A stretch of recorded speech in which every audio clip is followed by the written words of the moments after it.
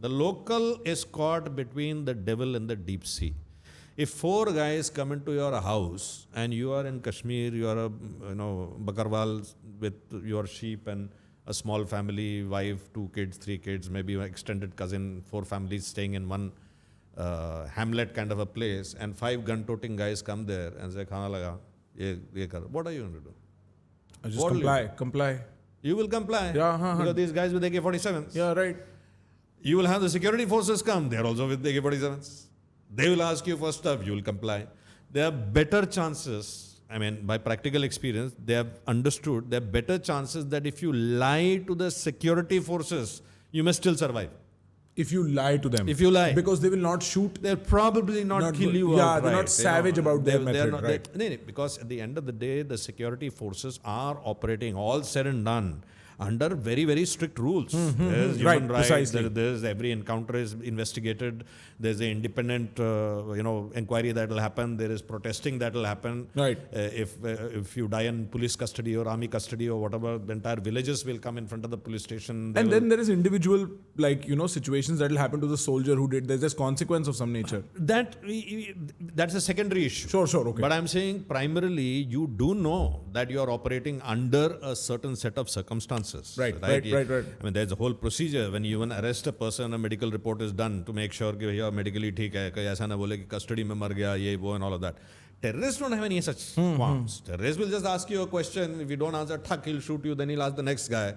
So in many ways, the average civilian and not true for Kashmir, this is true for any militancy area. Afghanistan में militancy है, Khmer Rouge hai, LTT is operating in Tamil Nadu. Wherever terrorists happen, where terrorism happens, they will hold the local population at gunpoint. And the local population has no option but to help. They have no option. Of course, within the local I'm not denying, within the local population, there will be indoctrinated people, just like amongst Maharashtrians, amongst Keralites, amongst Tamilians. You go back in history, you will find, ये spies जो पकड़ते हैं लोग, जो DRDO में spy पकड़ा, या इधर कोई spy पकड़ा, ये कोई German थोड़ी था, Indian ही था ना. So there will always be a certain number of people. The reason for having the Official Secrets Act, or having an act of treason, or having an act that empowers you to charge a person if he's acted against national interests, is built for what? Because there will be instances of the same citizens doing something which is counterproductive to the country. It is there. So to now say that by that logic, if Mumbai attack had to happen, Maharashtrians need to have helped. If Pune bakery attack need to happen, then Pune curry need to have helped. But in all fairness, is that not, it was an isolated situation in Maharashtra as opposed to a continuous one in Kashmir? Like, I'm just trying to... Kashmir, so there is a reason for that. There's a reason, and I think we often decry the intelligence establishment, and I don't want to go to that cliche which everyone gives that they can stop 100 activities, but one will get... But there is a subtler way to look at it. I would say in the last 15 odd years, 10 to 15 years, India's counter-terror capability has increased quite a bit. Because 26/11 was a depth attack. Mumbai bakery was a depth attack. Hyderabad, before that Mumbai bombings, they were all depth attacks, which means they are deep in the hinterland of the country. They're not at the border.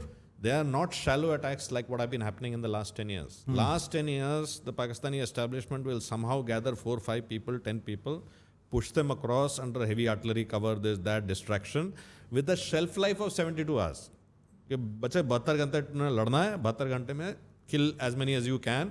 And usually the ratios were 3 to 4, 3 to 4. वो 5 उनके आएंगे, 5 मारेंगे. Of course, that's also a very high ratio when you think about it, because there are 5 terrorists and in one instance they took out 5 special forces guys. So it was 1:1.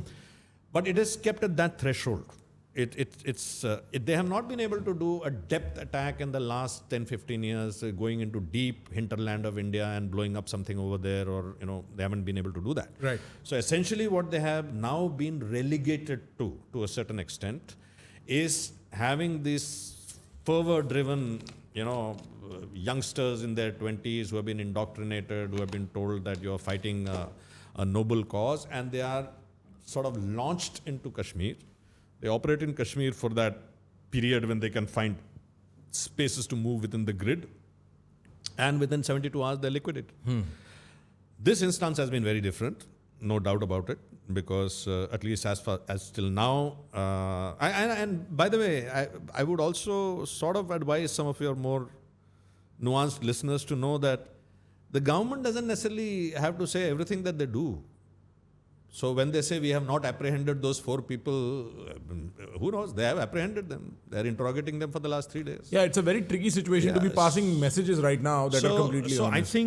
I think somewhere, I can't, of course, every listener has to think for themselves, but at least to the people who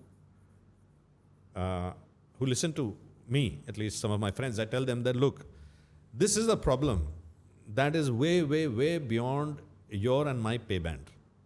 We don't know the nuances. We don't know the wherewithal. We don't know 50 other reports that the decision makers have access to, and they are proing and conning and this and that, and every action has a first order of consequence, a second order of consequence, and all of that.